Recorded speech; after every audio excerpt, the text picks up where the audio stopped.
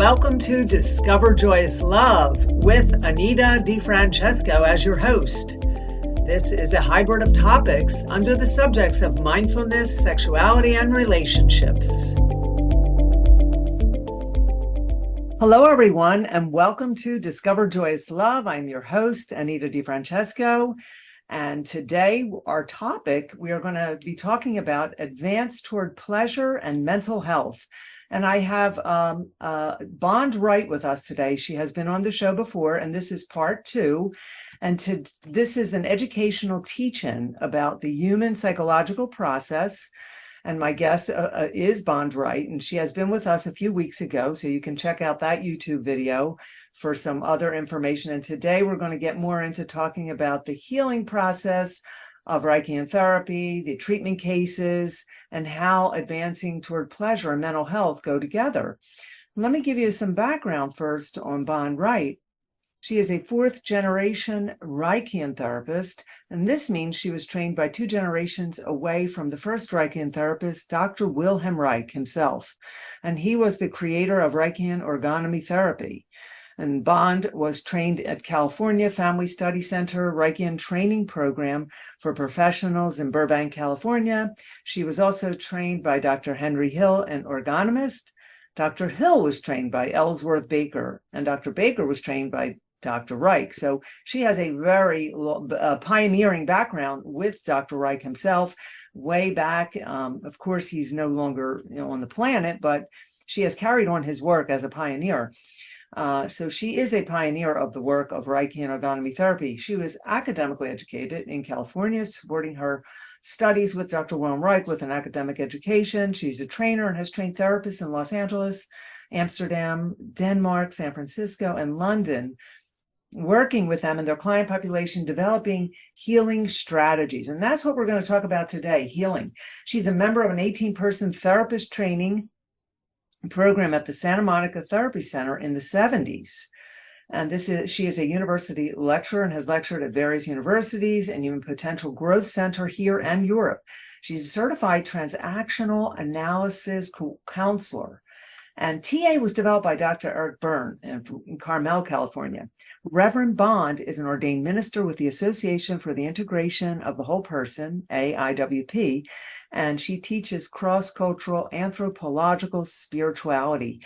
Now, the primary scope of her work includes, and I'll go through that and we'll bring her on in just a moment, opening deep, powerful emotions and the somatic life of the body, life management, existential disenchantment, depression and loss, self-realization and identity crisis, addiction and substance abuse, marriage, relationship, and conflict resolution, human sexuality, trauma and post-traumatic stress disorder, otherwise known as PTSD, and the creative process as it relates to acting, music, art, writing, etc. So please help me in welcoming Bond Wright, the expert on Reichian Orgonomy Therapy, today, the second time on my show, Discover Joyous Love, and this is part 2. Welcome, Bond. Hi. Hello, good to see you. Hello, everybody out there. Thank you for being with us today. Yes. So, how's things going? What do you want to? What's on your mind to start? Well, the title I chose here for these episodes with you is Advance Toward Pleasure. So there's a woman named Patricia Garfield, who's an anthropologist, and she goes all over the world, and her expertise is focused on the dream life. And so in Malaysia, the Senoi Indians, she went there and she studied that culture. And that culture has basically really a dream culture. What they do is, in the morning, everyone gathers in the village. And then the adults will ask the children, did you dream last night? So the children will talk about what they dreamt and if they dreamt at all. And if the child encounters an enemy in their dream, the adults will say, call your dream friends and ask them to help you fight this enemy. Or the adults will say something like, well, did you have sexual intercourse? with anyone in your dream. Of course, this is quite extraordinary for us. We don't talk about dreams in the first place in our culture, and we certainly hardly ever ask our children anything like, did you have intercourse, you know? So, however, these are pre-technological cultures. They're indigenous, and the child might say, well, no, I didn't do that. So then the parents will say, well, if that happens again tonight, make love with that person. And so, yeah. So you see how extraordinarily different that is to what we would do here. And so the next morning, the child will say, oh, yes, well, you know, I had some dream friends came, and one of them I made love with. And then the parents will say, well, did you have an orgasm? And the child will say, no, I didn't know to do that. Should I do that? And then the parent will or do say, they know how? What exactly. it is? Right, exactly. So then the parent will give them some instruction and sort of send them out into the dream world again at night. And when they come back the next morning, the parents will say, well, did you make love? And did you advance toward pleasure? We want you to advance toward pleasure because we believe that advancing toward pleasure is the human being's natural state, that we are naturally created to experience pleasure, to pursue pleasure, and in every hour of every week of every day, that this should be our attempt here on the earth in some form. So it's not always about sex, but it is, I'll talk about it's about a lot of other things that have to do with pleasure. So the child will come back the next day and say, oh yes, you know, I learned how to advance toward pleasure, and I had an orgasm. And then the village will applaud, and everybody's happy, and turn to the children who didn't know how to do that and instruct them. So isn't this incredible? Isn't this absolutely amazing? So, and we talk about Wilhelm Reich and his whole perception of what is fascism and how does it occur. So we have this darling, sweet little baby that's born. Every baby that's born is hope for humanity. And about 17, 18 years later, that little baby turns into a goose-stepping soldier. What happened? What happened? So people like me, so like Wilhelm Reich, and many people, anthropologists like Margaret Mead, progressives, psychiatrists like Gabor Mate, the Hungarian psychiatrist who talks a lot about the socio-political milieu, zeitgeist in which creates mental illness. How does it happen? So many people look at this very carefully, and Reich did too. He talked a lot about how fascism was created, and he talked about also how to uncreate it. And then there were a group of people at the Esalen Institute, which is the psychological satellite in Esalen, in the 70s, who were also looking at this, and they created something called the Rights of Children. So it's a 10-point program on the civil rights of children. And so Reich and they and me and others, we say that unless child rearing practices are different than what they have been, that you will always create a mentally ill population. And even worse than that, some of them will become sociopathic. So what is a sociopath? A sociopath is someone who has no compassion for the pain of others. They are completely disconnected from their core, from their center. And the more disconnected you are, the more unsane you are. The more disconnected you are from yourself, from the real you, from your natural processes as a human being, this creates all the different psychiatric disorders, like obsessive compulsive disorder, anxiety, depression. And what Reichian therapy does, as Reich created it, and process, is how to change that, how to take individuals who have become disconnected from themselves for some reason. Oftentimes it's child rearing practices. Oftentimes it's a general overall existential disenchantment going on in the culture in general that does not give the child what she or he needs to continue to be connected to themselves and therefore avoid any mental disorders. So pleasure and mental health and mental disorders are completely connected. If we look at dolphins are like very joyous when we're not bothering with their water, putting poisons in there. They're out there enjoying themselves and they're jumping, in the sea, and they're happy as pie, Well, they have something called the autonomic. They don't have an autonomic nervous system. We do. And if you hit a dolphin over the head, it'll go unconscious and probably die. If you hit us over the head, we'll go unconscious, but we won't die. The autonomic nervous system continues, moving our heart, moving our lungs, moving everything that needs to happen. So we are different from they are. So the autonomic nervous system is of quite a lot of interest to us as Reichian therapists, and how that is connected to mental health, how that's connected to the development of the human being. So just a little briefly about Wilhelm Reich himself. He was born in the Austro-Hungarian Empire. By the time he was 12, he lost his mother, and shortly after there, he lost his father. And then right after that, he lost his country.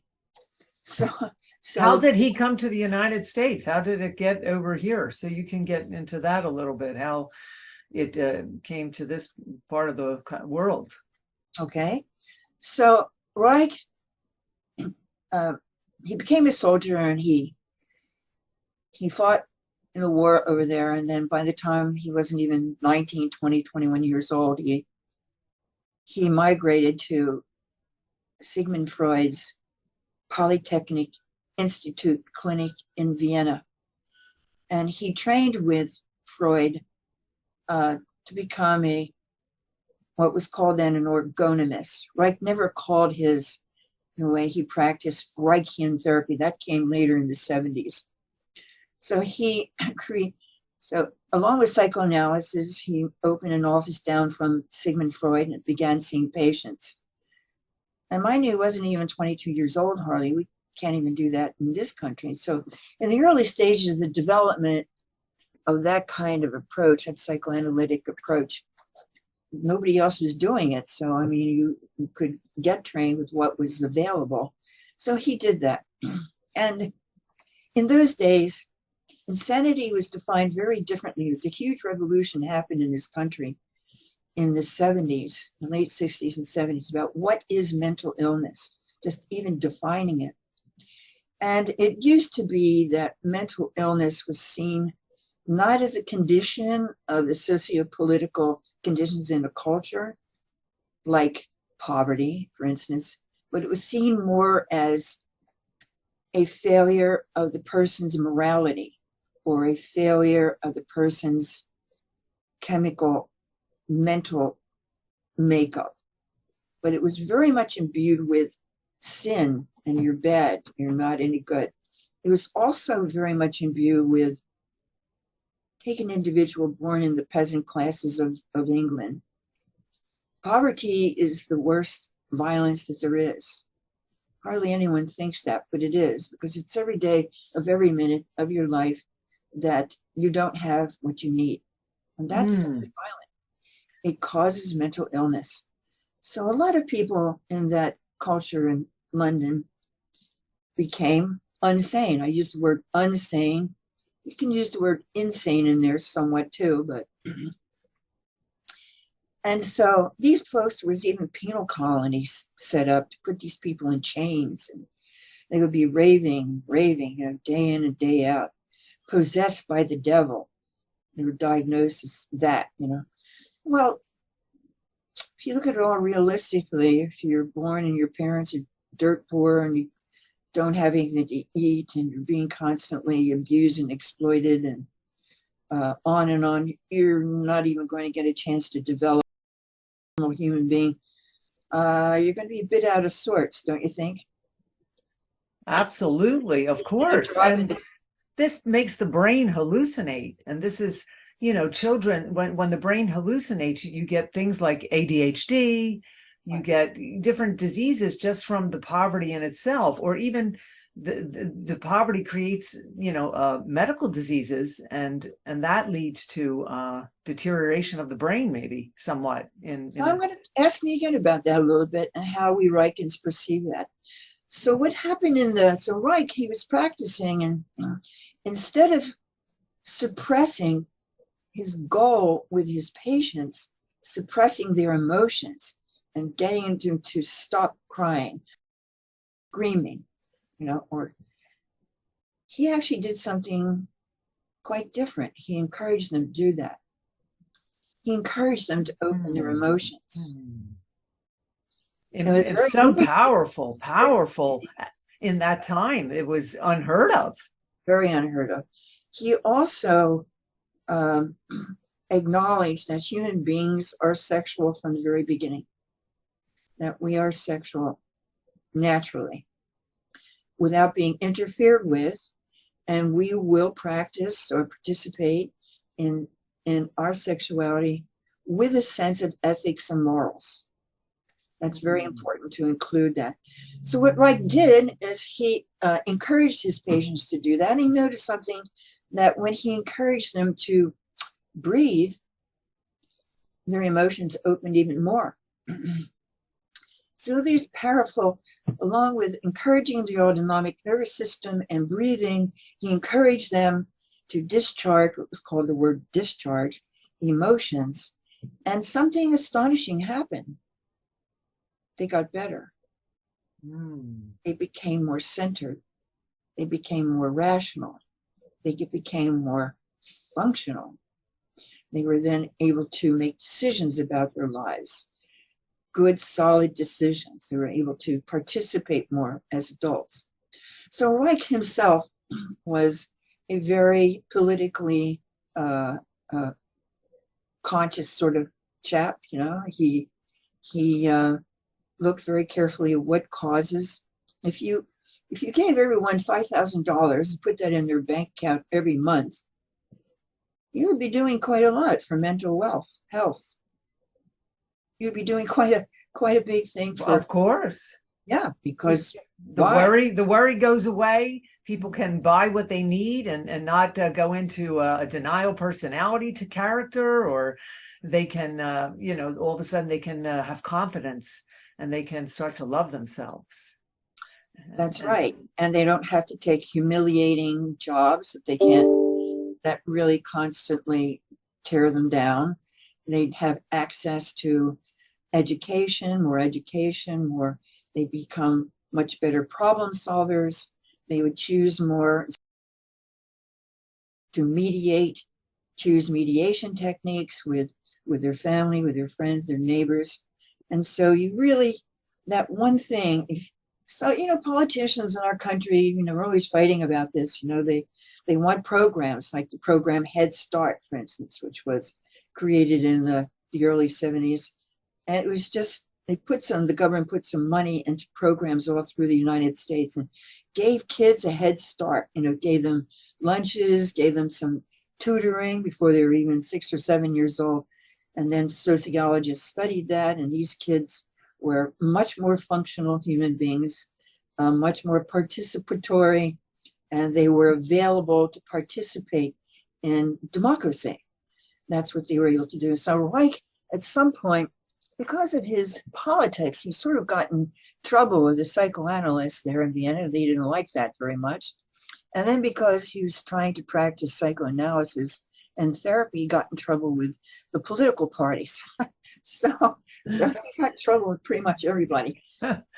But he was ahead of his time, and what he was doing was unheard of. And of course, they're going to try to dismiss him in any way that they can, because he appeared to be this genius, and he was.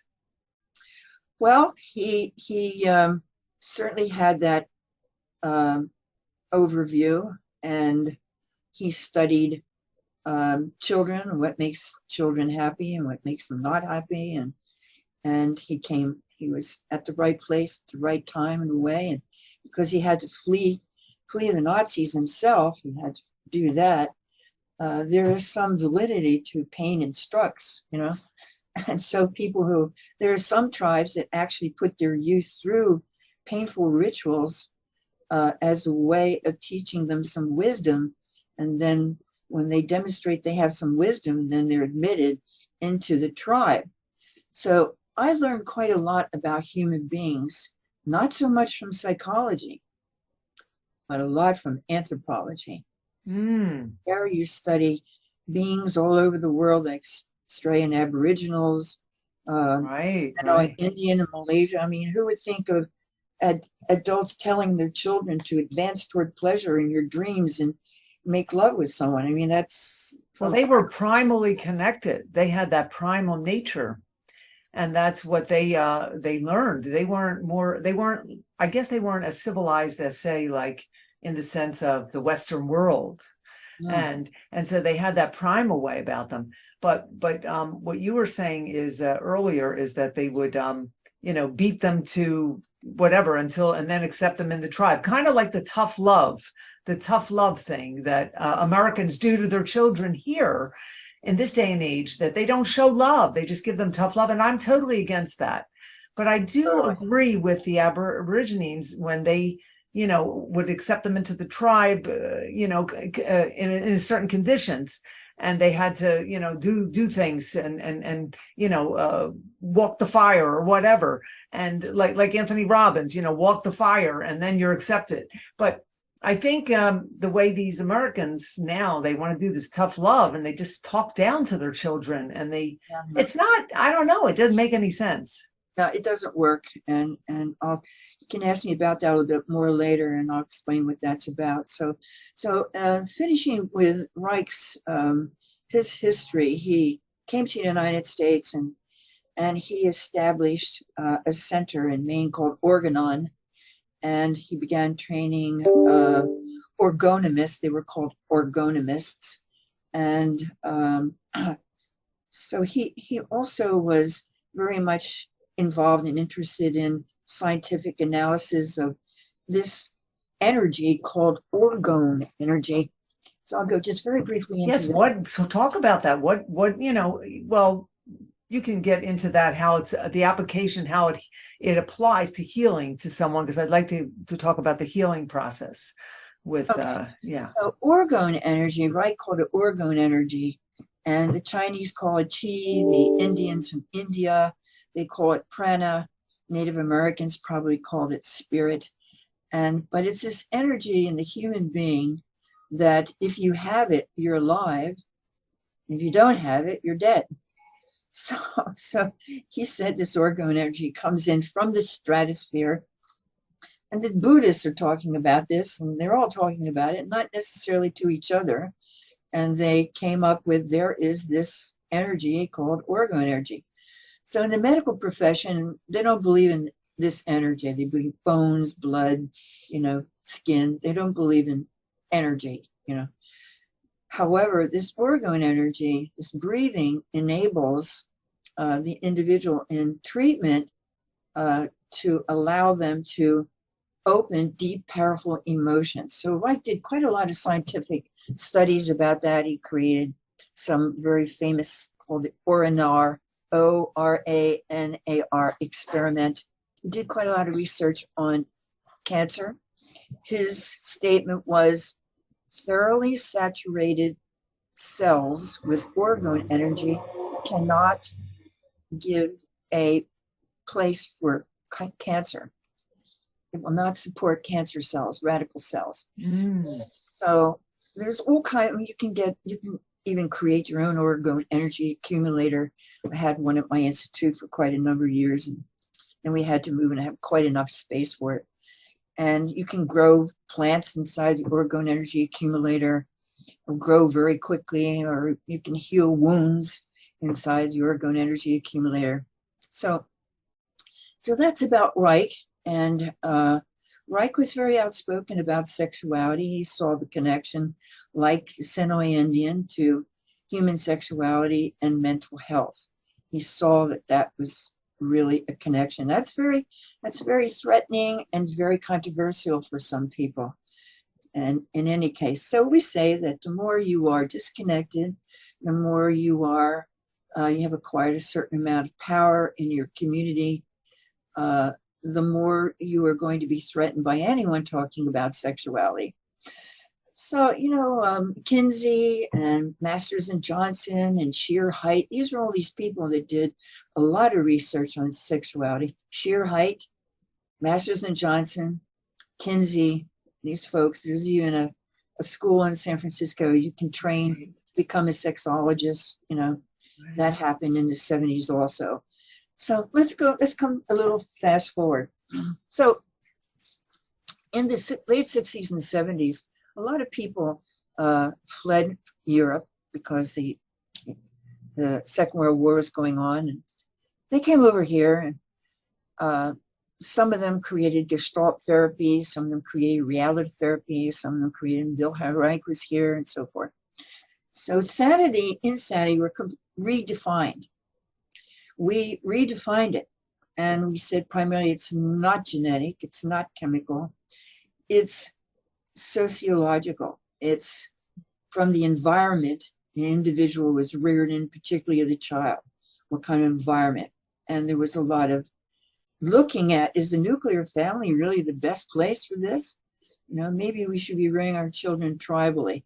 So anyway, sanity was redefined, and emotional discharging and going after your emotions, having emotions in the first place, was approved of as the best route to discovering yourself and learning about yourself and learning about others.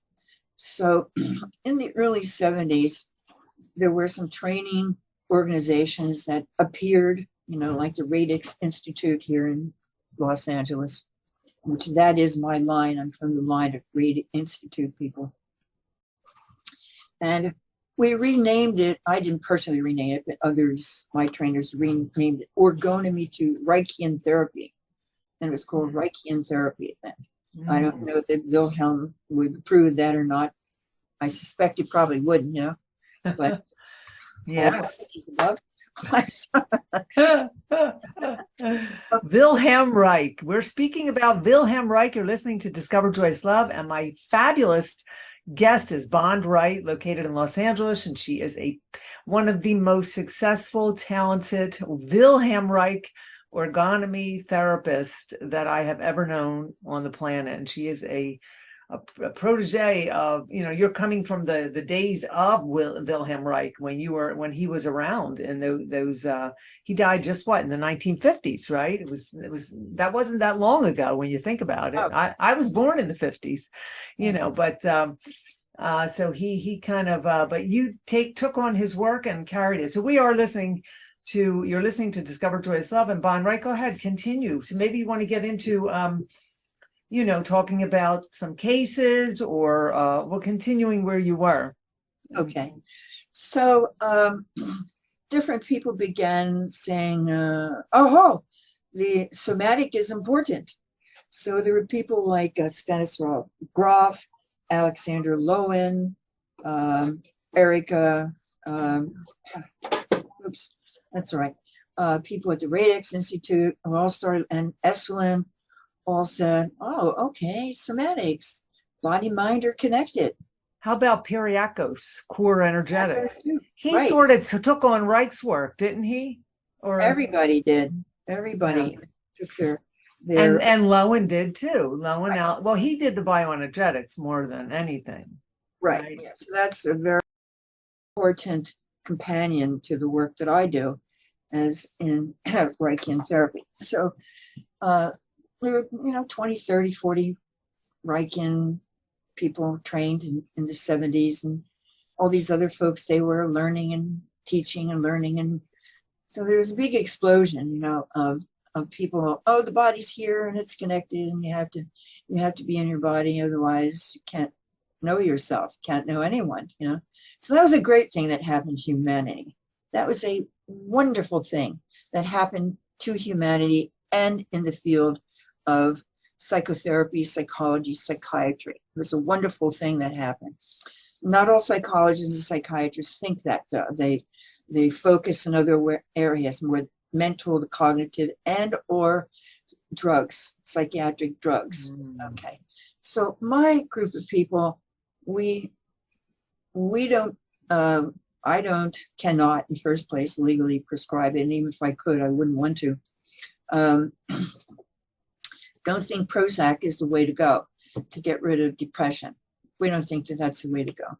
So first time I ever saw Reichian therapy was, it was in a large conference, humanistic psychology conference in Golito, and there were at least 1,000 people in the room. And the Radix people, they put out 10 mats in this big conference room, and they had their trainees standing at each mat. Some of them were already certified, and they invited the audience to have what they called the Reichian intensive, right? So that was powerful. Yeah.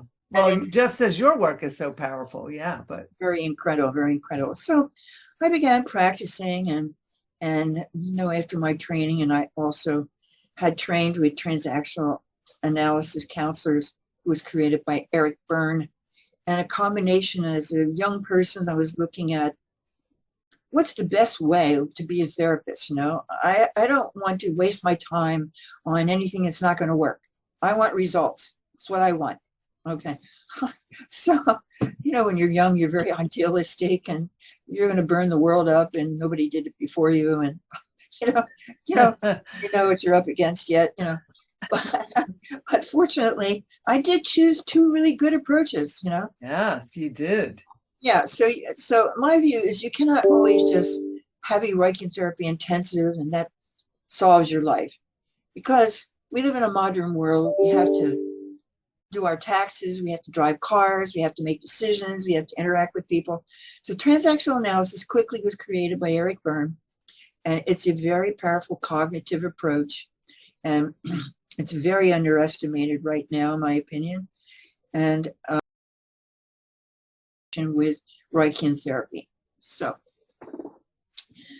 that's kind of like some background, and as you mentioned in the introduction, I've been practicing this approach here and in Europe and so forth, teaching other therapists for some number of years and so forth. And so that brings us to do you have a question about cases for me or something right now? Well, yes, I'd like you to share some of your cases and the application, and then we can get into, is Reichian really for everyone? And when is it contraindicated? Because this is the kind of therapy, it's very, very, it can be scary to people that just start out, but it may not be for everyone, and it really isn't. But I know it's empowering. So yeah, let's talk about some of the cases, and because I will address your question. And how the mental health, the advance for pleasure and the mental health, they're so connected, and yet people don't see that the mental health and the pleasure are very connected. Yeah, very connected, because human beings need pleasure. Right, but pleasure, people think of pleasure as the taboo, or they make it taboo, sex, but pleasure is not sex. It's like pleasure being joyful and happy and having your senses open and feeling good and positive about life, and not walking around being depressed because it's raining or you don't have the great boyfriend or girlfriend or job or whatever. But the feeling is making love to everything. It's love. That's what it is. That's what pleasure is. And people think, when you talk about pleasure to people, they automatically go into they inhibit themselves in their body to think like, oh, sex, ooh, that's bad. Ooh, it's bad. And like with those people you were talking about earlier, we're talking about children, they talk about advance toward pleasure. They didn't mean for them to go have sex at such a young age. What they really mean is for them to just be boundless and be liberated and free and enjoy their humanness, right? Isn't that what advancing toward pleasure is? And yes, to beginning. So those higher states, the ability to look at a tree and feel pleasure, the ability to uh, look at an animal or go towards animals and have relationships with animals and enjoy that interaction. The ability to be delighted by a color, the color blue, the color purple, to be delighted by that. The ability to be excited about the fact that you're alive and you have a life. We're alive.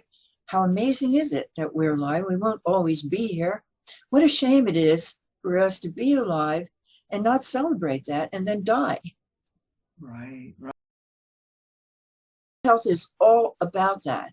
It's all about getting to the place where you can actually enjoy your own self, enjoy who you are, enjoy how you are, be delighted with your own idiocy, to be delighted with respecting. And one of my past clients said, "You taught me what a human being is." And she never knew what a human being was until she went through this program.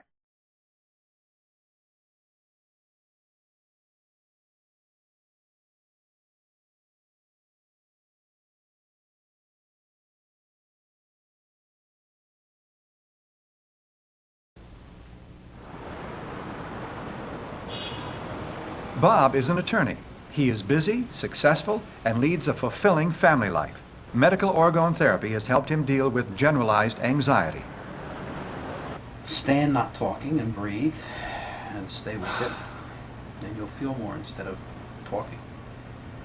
I wasn't anxious about any particular thing. I was just anxious, physically anxious. The mail would come and I would be scared about what was in it. The phone would ring and I'd be scared to answer it.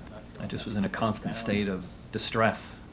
I could still function through it. I just couldn't tolerate it any longer. Okay. Let it come out. Let it out. It's the repressed anger that's in him. These feelings and emotions are actually physically held within the body, in the armor. I knew that I had had a very difficult childhood, and I knew that beneath the anxiety that I was suffering was tremendous anger. I was physically and emotionally abused by both of my parents when I was young. My household was very, very cold. I was not told once by my parents that they loved me. He was not a bad kid. He was a regular kid. He made some mistakes as a child, broke something or lost something, but he lived in terrible fear that he would be caught and reprimanded and beaten.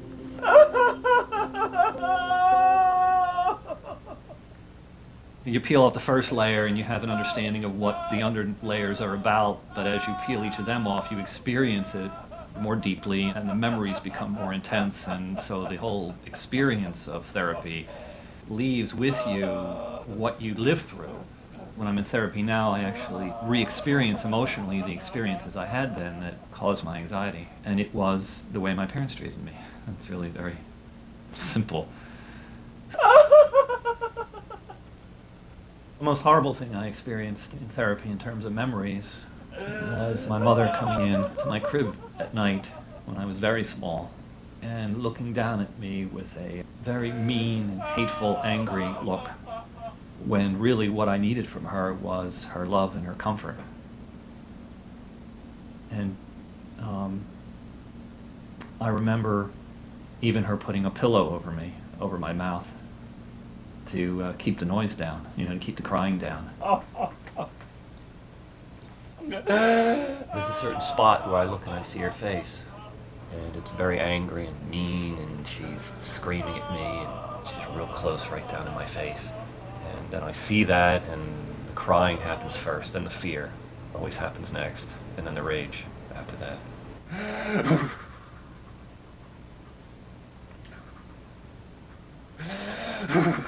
Getting out the fear and the crying gives me a sense of relief, but getting that rage out, that bloody murder, is absolutely delicious.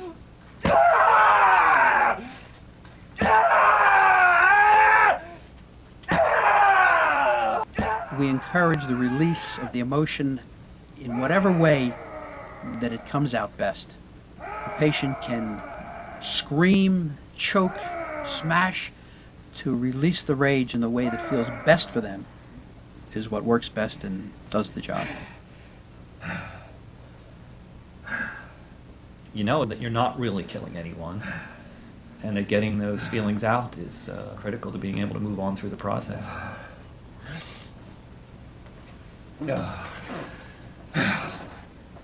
From my experiences here, it's just so clear to me why I have the feelings that I have, but knowing where they came from doesn't help. It relieves this sense of searching and mystery, but it doesn't help with the feelings to know it. I have to get the feelings out here on the couch in order to feel better. He feels that he is much more able to relate with people and function better in his work. He's gotten married, he has 2 lovely children, and his enjoyment in life is much, much more than it ever was. The pressure from all of the rage and the fear has been draining out of me. I've become capable of feeling my feelings. Without this therapy, I would have acted towards my children in very similar ways that my parents would have. I wouldn't have known any different. I would have looked at them as little soldiers like I was looked at. And I think that made a tremendous difference in them. You know, they're very open, good, wonderful, loving kids that are a pure joy for me. It's the most wonderful thing. It's why I'm alive. It's for them and for my wife. And I can't get too serious about anything else that goes on.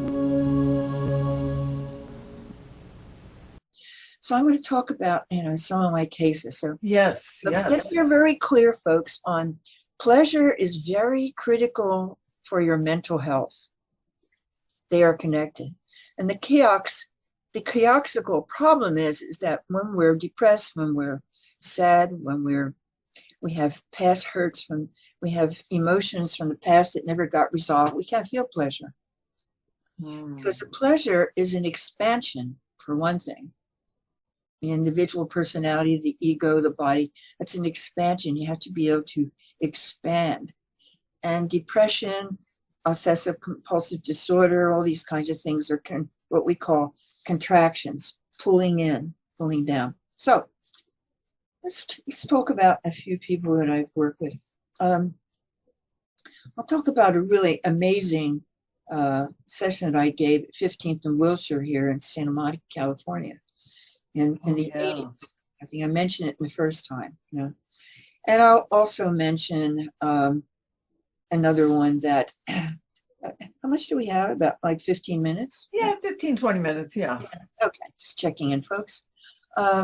So I program, primarily, there's an intake session. I look at the individual, ask them quite a lot of questions. And then after I'm clear about what needs to happen, I write a treatment strategy for them, a Reichian and transactional analysis treatment strategy for them. So different people, in my opinion, pretty much everybody is PTSD.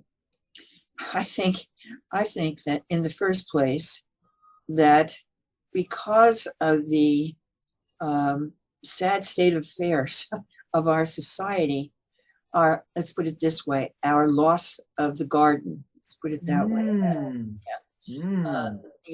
That we have, many of us have gotten away from, been thrown out or misled or lost or not looking for where we really belong, that we all experience a certain nostalgia about maybe someplace, sometime in our consciousness, things were better. I don't know, Ryan Eisler, if you're familiar with her work, she wrote The Chalice and the Blade, very important work. And she talks a lot about what used to be in the Paleolithic and then what happened after that. And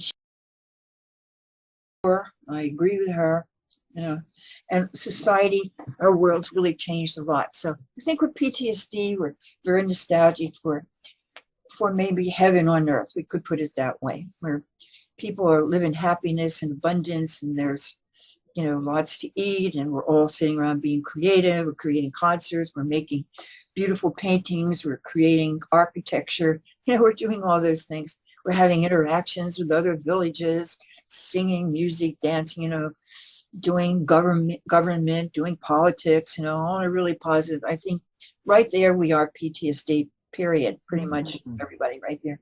But in more of a psychological nomenclature analysis, if you want to use those words, I had a client who came to me. She heard me, a friend of hers, speak, and she came in and she was quite heavy, and she was eating a 5-gallon jar of mayonnaise and a chocolate cake every day. So that's, being called an eating disorder. But what's at the bottom of it? And how do we change that? It's so happened that this young woman was captured by some gang members, she and her cousin, and they were raped for 3 or 4 days. Her cousin went to a freeway overpass and jumped over and committed suicide. This particular young woman, she wasn't even 17 years old yet. She heard someone speak about me at a college, and she came to me. So is her problem, should we just give her counseling about what to eat, what not to eat? That's not going to work. There's something much more deeper going on. Like, for instance, shock, pain, trauma, humiliation, all those emotions. So over a period of time, Reichian therapy will treat all of that. And there is a program I diagnose, and I do create a program particularly for that individual. So one thing also stands out, she wanted to become a drummer. And she really had no hope whatsoever that she could do that. And along with treating the trauma and going through what happened to her, and each session counseling her and showing her how to get to a position of power in this terrible situation. How terrible can that be? Who could possibly survive this? Well, through this treatment and through group work, she was able to do that. She also became a drummer. And then she went off in her career, her job as a percussionist. So let's talk about another individual. Here comes into my office. I mentioned it earlier. He's a 3-piece suited gentleman, looks very impressive. You look at him, you really wouldn't want to get into any kind of a scuffle with him. He looked very powerful, Yeah. He turns out that he is an attorney, and he complains that he procrastinates. He's a very big procrastinator. He procrastinates so much. This is very dangerous when you're an attorney, because he can't get his papers filed on time. Right. So he lives in a constant state of terror that he's not going to be able to fulfill his duties as an attorney. He also cannot quit his job. So he is caught in many different directions of really a terrifying life, all the time having to present, being competent, being someone of influence and respect and so forth. A terrible position. I have to say that all the people I've ever worked with, they're all heroes. Everyone is a hero. If you look closely into people's lives and what they have had to go through, and they can still find it in themselves to not give up hope, to still want to be whole human beings, to seek out a therapist. Some of them seek out 4, 5, 6, or 7 therapists. And they keep going until they find what they're looking for. They do. That's amazing. That's amazing. So they are heroes. We should have a National Heroes Week or something for people who go into therapy. And that this would be just another, we have so many different, things like this going on, but this is something that really needs focus, I think. The mental illness of it all. And the average everyday person, everybody has some kind of split. Yeah. You know, you don't have to be crazy schizophrenic like my brother. He's a schizophrenic.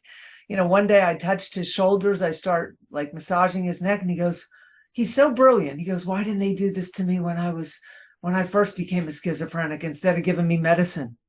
Exactly. That's exactly what he said. And still he don't take medicine. That is exactly what should have happened. And they have the intervention now for these types of people, and, you know, along with their meds and whatnot. But, you know, it's interesting that people don't think, I'm not talking about schizophrenics in general, but just the everyday person, like you said, if they paid more attention to this, we can have just more clearer minds out there, more, you know, more sanity, more self-esteem, more progress. Democracy. And we really need to go there. That's why the world, there's a lot of, you know, the gun shooting and all, that's all mental illness. Yes, it The is. normal person doesn't do that. So this particular person, we'll call him John. On the third session, we do work with people on mats. They're on mats, and he's screaming. A lot of screaming started happening. Well, it so happens that he lost his mother as a very young child. His father remarried. The second family did not want him. So one day, when he was playing in the cellar, two of the men in the second family went into the cellar, put him on a swing that they had concocted. They swung him very hard so that he would swing and he'd hit the ceiling and crash his skull and or hit the ground and crash the skull there. They were trying to kill him, in other words. Want to get rid of him. It so happened that his grandmother heard him screaming. She went down into the cellar and they took him to the hospital, and that was a very traumatic experience. He learned a lot right there. He learned that he wasn't wanted. He learned that his life wasn't worth, and the trauma of that. He lived his whole life with that. And he actually did exceptionally well in some areas. You know, when he went through law school, that's amazing right there, you know. So through treatment, had to work through that trauma, and having worked through that, he then did not anywhere near what he did in the beginning, became much more functional as an attorney, became much more functional as a father and as a husband. He went on to participate in the community in ways he never could have before. He was able to move out a very constricting, very small legal firm that he was in. He had the courage then to really be able to utilize his talents, his intelligence, and moved into a larger firm where he was much more financially rewarded. It was better for his wife, his family, and so forth. So that is one individual. That's the second individual. Let's take a third individual. Came to me through a chiropractor who referred him to me, and looking at her time, and he said to me, I went to my chiropractor and she said, I can't do anything more for you. You need to go to this Reichian therapist. I can't do anything more for you. What's going on with you, you need a Reichian therapist. So he came to me, and his back was like literally going out. And he'd go to the chiropractor, and she'd do the best she could, but it never really worked. He was always suffering. He was always extremely anxious and depressed. And turns out that he was the French hornist in a major orchestra here in the United States. And it sounds wonderful, well paid, a lot of recognition, prestige. Comes from a long musical family, and they're all delighted. You know, their only son was carrying on the tradition. There was only one problem. He didn't want to be a French hornist. Oh, so he was more or less just following the footsteps of the family, but something that he didn't really have a desire for. And there goes the pleasure, the desire and the pleasure of living your liberation, what you want to be, who you are. Well, it was literally breaking his back. And so he really wanted to be a history teacher.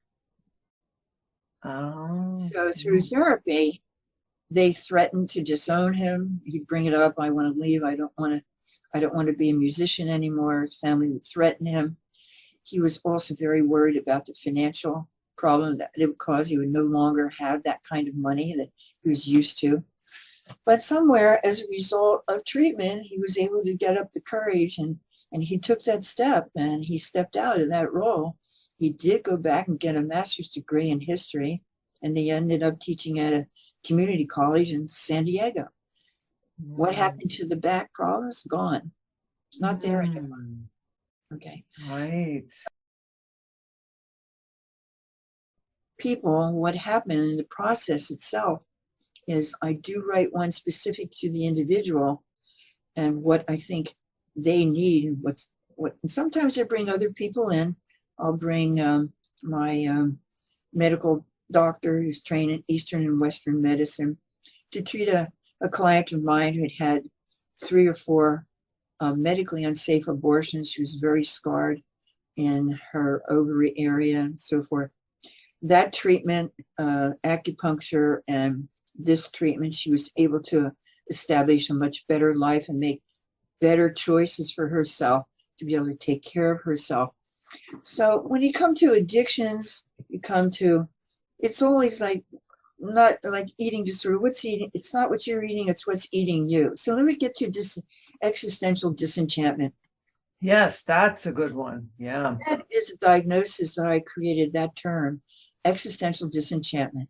In colloquial terms, because I like to break things down to where everyone can understand what I'm talking about, it means you're unhappy. Right. You're unhappy with your life. You might be unhappy with your relationship. You might be unhappy where you live. You might be unhappy with what you do. You might be unhappy everything. That's going to create anxiety, depression, obsessive compulsive disorders, overindulgence in substances, all these kinds of things. So the core problem is this individual needs to get someplace where they're more existentially enchanted. So here we go, kind of like back to pleasure and magic again, aren't we? When we don't have enchantment in our life, and we don't have any magic in our life, we don't have any pleasure in our life, what's the point? Because human beings really need all that to be a human being and to be mentally healthy. We need all of that. So that's very tricky, and all the kinds of things that are presented. Maybe you just never had any trauma, but you're just not happy with your life. Right. It's another case. A person came to me, is also referred to me by another source. He was a fairly well-known rock star musician, and he came in and said, I can't do this anymore. I can't write music anymore. I hate music. I'm all dried up. I think I'm done for. I want to commit suicide. Well, that's pretty serious. Sure is. That's pretty. If your love is and music is so enchanting to begin with, and that the writer, the musician, is not finding the enchantment that the audience is, because music is enchanting. Here's a fun example, kind of on the light side. The actor who sang Deo, he just passed away a couple of days ago. It's not Portier, it's the other one. What's that? Oh yeah, he was an actor. Yeah, he sings Deo. Remember Deo? Deo. Oh, what was his name? They just mentioned him yesterday on the news. 2 or 3 days ago, he just passed away. Well, probably everybody listening to this, they're all probably waving their hand. Me, I can tell you, but, he said he hated singing Deo. Well, I guess after you have to sing it 1,000,000 times, you're going to hate Deo, Yeah, so, right. Unfortunately, he had another profession, so he could do acting, not just sing Deo all the time. But I've heard this from a lot of musicians, and I'm sick of it, like dancers. I can't stand dancing because they have to do it so much all the time, So, but you talk about the arts and the acting when you say that, in your you say the creative process as it relates to acting. I mean, acting and music and all that is a form of release for people. It's a form exactly. Yes, it is. If they get stuck in there, then there's other things, There's that word, stuck. Yeah. So this client of mine, the rock musician, by the way, he came in with his electric guitar, which You still have the I electric found guitar. amusing, but we're not going to use that right now, And so he was from another state, and I do something that's called a residential, which means you're Right. Talk about your work, how people can come to see you in this way.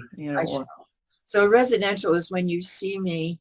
It's for out of state people, out of country people, but it's also for local people who are in a crisis, crisis. And what it is you see me 1, 2, or 3 weeks, 1 or 2 sessions per day.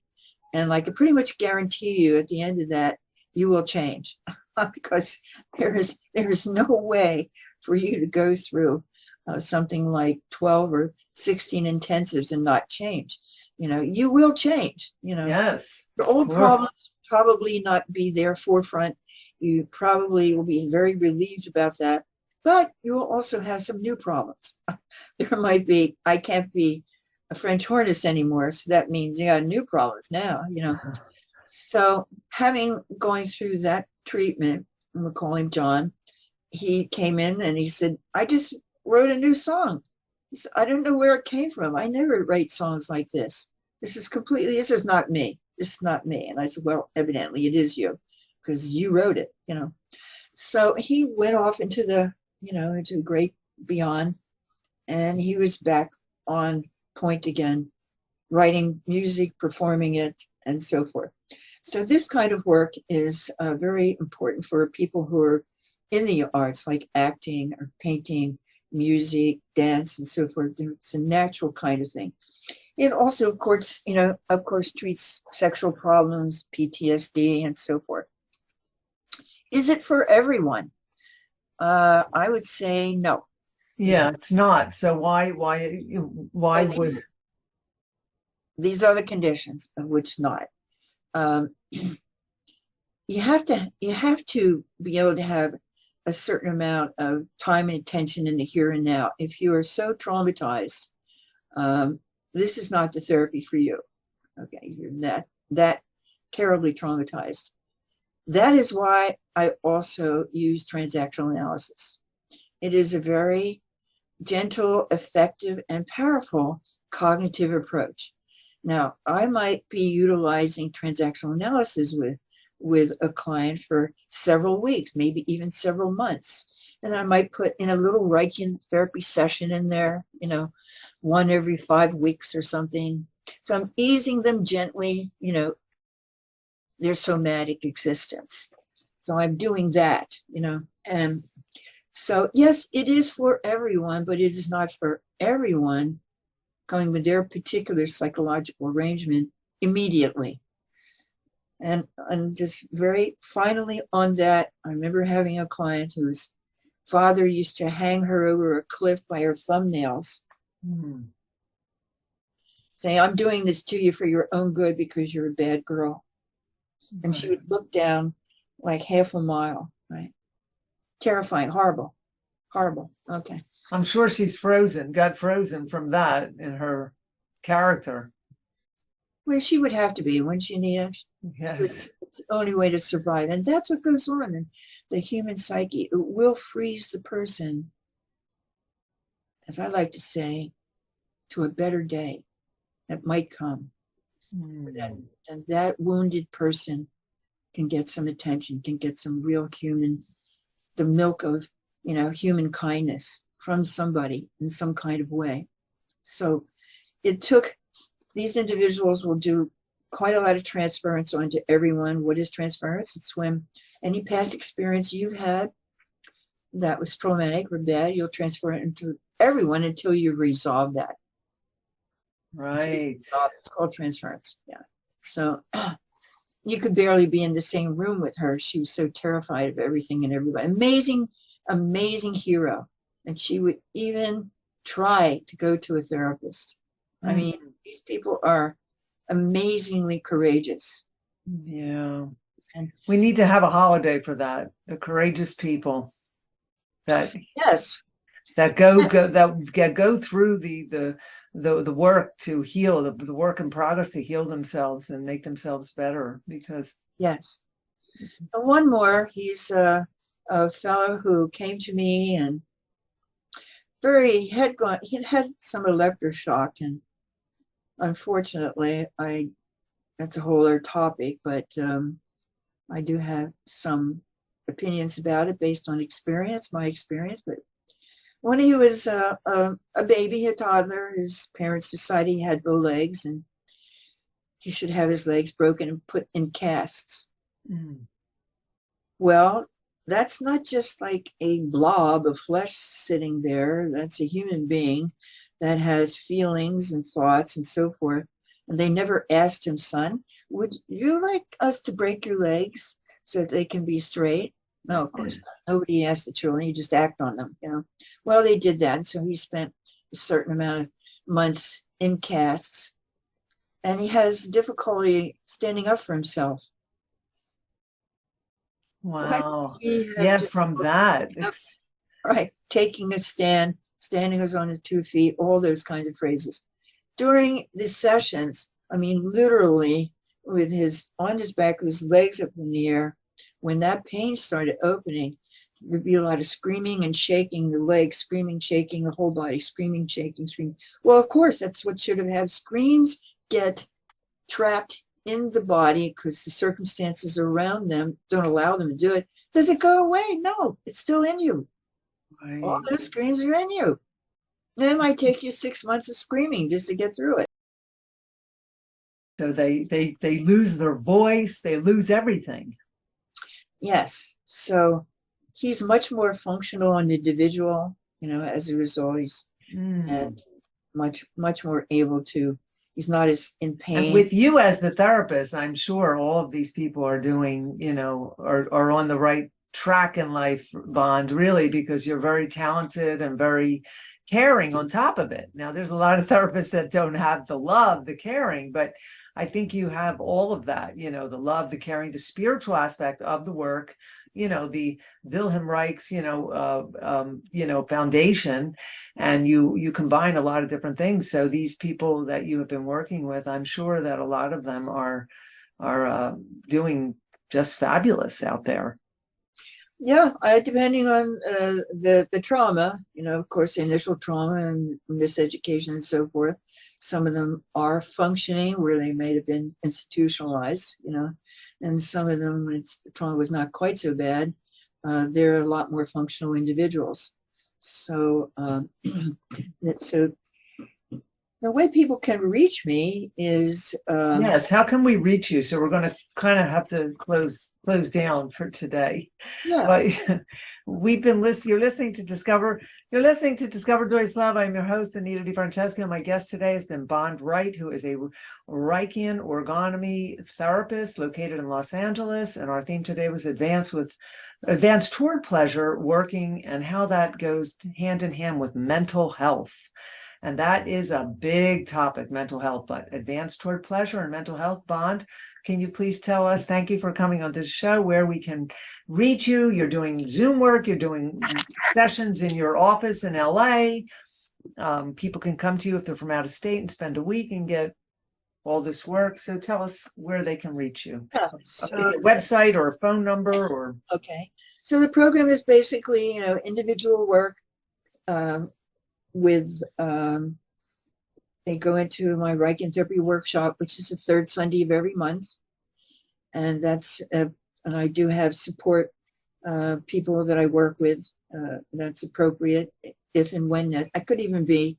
I suggest you go to a class on comedy. You need to laugh. You know, some people it's not their fault, but they lost the ability to laugh. So I do have support people working with me. And then there is the residential, where either locally or out of state or out of country you can fly in work.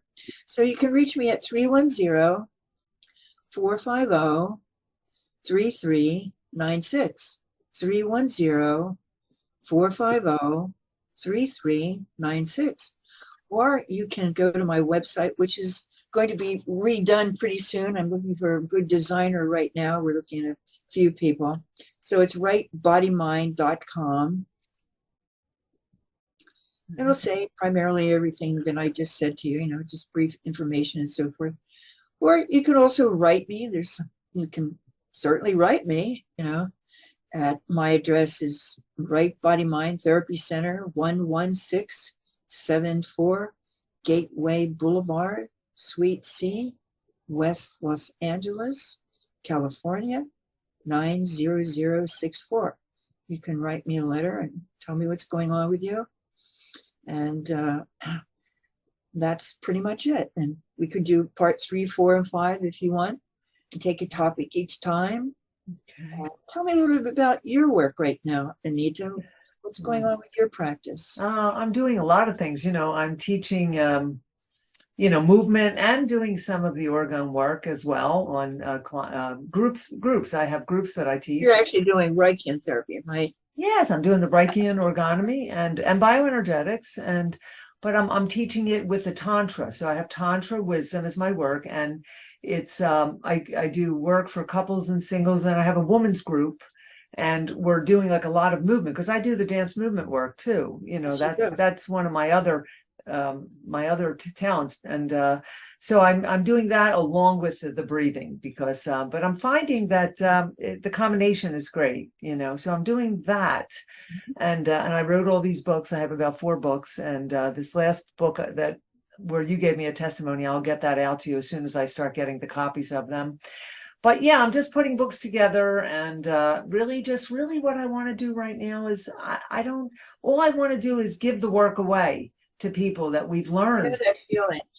Yeah, because how much longer, we're not going to be on the earth forever, but I really feel like this strong need, and maybe COVID, propelled that in some way, to like really give the work away to people so that they can either learn or heal. Well, thank you very much for your invitation.